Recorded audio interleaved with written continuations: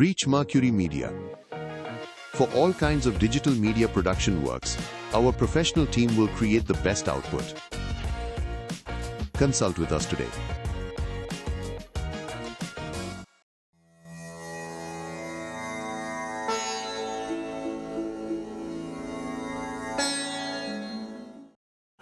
ஓம் சரணாகத தீனார்த்த பரித்ராண பராயணே சர்வஸ்யார்த்திகரே தேவி நாராயணி நமோஸ்துதே. வணக்கம் நேயர்களே, இது மகாலட்சுமி ஜோதிடம் வழங்கும் காலச்சக்கரம். உங்கள் அன்பு ஜோதிடர் ஸ்ரீராம்ஜி பேசுகிறேன். அனைவரும் நலமுடன் இருக்கிறீர்களா? நன்றாகத்தான் இருப்பீர்கள், நன்றாக இருக்க வேண்டும். இன்றைய காணொளியில் நாம் காண இருப்பது நிலைத்த சொத்துக்கள் யாருக்கு. பொதுவாக நம்ம கஷ்டப்பட்டு அடித்து பிடிச்சி வாழ்நாள் சேமிப்பை எல்லாம் சேர்த்து வச்சு ஒரு இடமோ வீடோ வாங்குவோம். இது தோட்டமாகவும் இருக்கலாம், காலி இடமா இருக்கலாம், ஃப்ளாட்டாகவும் இருக்கலாம், வீடாகவும் இருக்கலாம். இது சொத்துக்கள்ங்கிற அடிப்படையில் இதெல்லாமே வரும். இது தவிர்த்து நம்ம லிக்யூடாக பேங்கில் ஃபிக்ஸட் டெபாசிட் போடுறது, எஃப்டி போடுறது மற்றும் தங்கம் வாங்கி வைக்கிறது, பங்கு சந்தையில் முதலீடு பண்ணுறது, நிறையா வகையில் நம்ம முதலீடுகள் பண்ணணும். எல்லாமே சொத்துக்கள்ங்கிற அடிப்படையில் தான் வரும். இந்த சொத்துக்கள் நிலைத்து இருக்குமா, நம்மக்கிட்டேயே இருக்குமா, அது தொடர்ந்து வளர்ச்சி அடையுமா, நம்மை தாண்டி நமது வாரிசுகளுக்கு சந்ததியினருக்கு எதிர்காலத்தில் அது போய் சேருமா, இல்லை நடுவுலையே நம்மளே அழிச்சுடுவோமா அப்படிங்கிறதுக்கு எந்த மாதிரி கிரக அமைப்புகள் இருந்தால் சொத்துக்கள் நிலைத்து நீடித்து நமக்கே கிடைக்கும், அல்லது நம்மை தொடர்ந்து நமது வாரிசுகளுக்கும் சந்ததிகளுக்கும் கிடைக்குங்கிறத பார்க்கணும். பொதுவாக சொத்துக்கள் ஸ்தானம் அப்படிங்கிறது 4ஆம் இடம். சுகம், சொத்து, பட்டம், பதவி இவைகள் எல்லாம் கொடுக்கக்கூடிய வீடு 4. எந்த ஒரு ஜாதகத்தில் 4ஆம் அதிபதி ஆட்சி, உச்சம், மூலத்திரிகோணம், திக்பலங்கிற இந்த 4 வலுவில் ஏதாவது ஒன்றில் இருந்தாருன்னா இவங்களுக்கு நிலைத்த சொத்துக்கள் அமையும் யோகிதை உண்டாகும். இது ஒரு விதி. ஆனால் அதே நேரத்தில் அந்த விதியை விட இன்னும் ஒரு நுணுக்கமான விதி என்னென்னா, நிலைத்த வீடுகள்னு சொல்லக்கூடிய ரிஷபம், சிம்மம், விருச்சிகம், கும்பம், இந்த வீடுகளில் உங்களுடைய 4ஆம் அதிபதி நல்ல நிலையில் அமர்ந்தார்னா இவர்களுக்குத்தான் நீடித்து நிலைத்த சொத்துக்கள் அமையும் யோகிதைகள் உண்டாகிறது. புரியுதுங்களா? நம்ம 4ஆம் அதிபதி வளர்த்தாலே சொத்து கிடைக்கும். ஆனால் அதே நேரத்தில் இந்த 4ஆம் அதிபதி இந்த 4 வீடுகளில் எங்கேயாவது நட்பு நிலையில் இருந்தார்னா அப்போ நிலைத்த சொத்துக்கள் கிடைக்கும் யோகிதைகள் ரொம்ப அற்புதமாக இருக்கும். இது நாம் கஷ்டப்பட்டு உருவாக்குற அந்த சொத்துக்கள் மதிப்பு நாளாக ஆக அதிகரிச்சுக்கிட்டே போகும். இது ஒன்று. ரெண்டாவது, நம்மளுடைய வாரிசுகளுக்கும் அந்த சொத்துக்களை அப்படியே கொண்டுட்டு போக முடியும். நம்ம எதிர்கால சந்ததியினருக்கு பங்கம் இல்லாமல் இந்த சொத்தை கொண்டு போய் சேர்க்க முடியும். மேலும் அவர்களும் அதை வளர்ச்சி அடைய செய்வார்கள். புரிஞ்சுதுங்களா? நிலைத்த வீடுகளான ரிஷபம், சிம்மம், விருச்சிகம் மற்றும் கும்பத்துக்கு இந்த ஒரு நிலைத்த தன்மையை கொடுக்கக்கூடிய விதி உண்டு.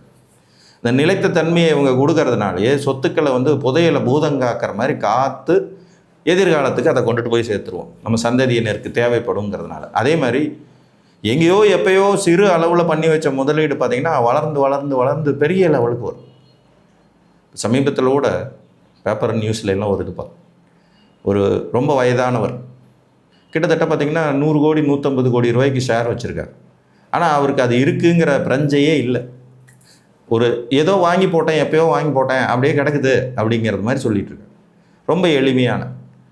அப்போ அந்த வளர்ச்சி நிலைத்து நின்னதுனால தான் அவருக்கு அடுத்துன்னு அது தொடர்ந்து அடுத்தவங்களுக்கு போகிறதுக்கான வாய்ப்புகள் உண்டாகும். அப்போ இந்த நிலைத்த அமைப்புக்கு மெயினாக 4ஆம் அதிபதியின் வலு அவசியம். இதை தாண்டி சில கிரகங்களும் இந்த வீடுகளில் இருக்கும்போது நிலைத்த அளவிலான வீடு, வாசல், வசதி வாய்ப்புகள் அதிகரிக்கும். அவங்க யாருங்கிறத பார்க்கலாம். பொதுவாக சந்திரன் காலபுருஷனுடைய 4ஆம் அதிபதி 4ஆம் இடத்துல திக்பலம் பெறவர். இந்த சந்திரன் நல்ல நிலையில் மேற்கூறிய நிலைத்த வீடுகள் அமர்ந்தாலும் உங்களுக்கு நிலைத்த நீடித்த சொத்துக்கள் கிடைக்கும். உதாரணமாக ரிஷபத்தில் சந்திரன் ஆல்ரெடி உச்ச பவரில் இருப்பார். சிம்மத்தில் சந்திரன் இருக்கும்போது வளர்பிறை அல்லது பௌர்ணமிக்கு நிகராக இருக்கணும். விருச்சிகத்தில் சந்திரன் இருக்கும்போதும் அதே மாதிரி வளர்பிறை அல்லது பௌர்ணமிக்கு நிகராக இருக்கணும்.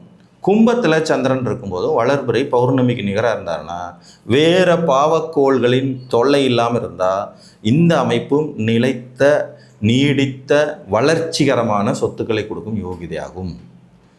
சந்திரனுக்கு அடுத்தபடியாக 4ஆம் வீட்டில் திக்பலம் பெறக்கூடிய கிரகம் சுக்கிரன். இந்த சுக்கிரனும் ரிஷபம், ஆட்சி பெற்றோ சிம்மத்தில் அமர்ந்தோ விருச்சிகத்தில் அமர்ந்தோ கும்பத்தில் அமர்ந்தோ இருக்கும் நிலையிலும் உங்களுடைய சொத்துக்கள் நீடித்து நிலைத்து நல்ல லெவலில் வளர்ச்சி அடையும். இதுலேயும் ஒரே விஷயந்தான், அவர் வேறு கிரகங்களால் பாவக்கோள்களால் டிஸ்டர்ப் ஆகாமல் இருக்கணும். இப்போ சுக்கிரனை பற்றி ஒரு பதில் ஒன்று சொல்லிடுறேன். நிறைய பேர் கேட்குற கேள்விக்கு இது பதிலாக இருக்கும். சுக்கிரன் சூரியனோட ரொம்ப க்ளோஸாக சேர்ந்துட்டார், அதனால் மோசமான விளைவுகள் ஏற்படுமா அப்படின்னு நிறைய பேர் கேட்குறாங்க. உண்மையிலே சொல்லணும்னா புதனும் சுக்கிரனும் சூரியனால் எந்த விதத்திலும் பாதிக்கப்படாத கிரகங்கள். நீங்கள் இதை புரிஞ்சுக்கணும். அவங்க சூரியனுடைய பக்கத்திலே இருக்கக்கூடியவர்கள். 48-49 டிகிரிக்கு மேலே விலக முடியாத கிரகம் சுக்கிரன்.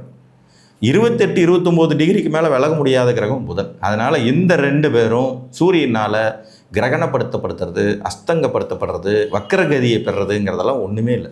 இதற்கான பலன் வித்தியாசங்கள் எதுவுமே இருக்காது. அவங்க இயல்பாக தான் செயல்படுவாங்க. நீங்கள் அதை பற்றி கவலைப்பட வேண்டியதே இல்லை.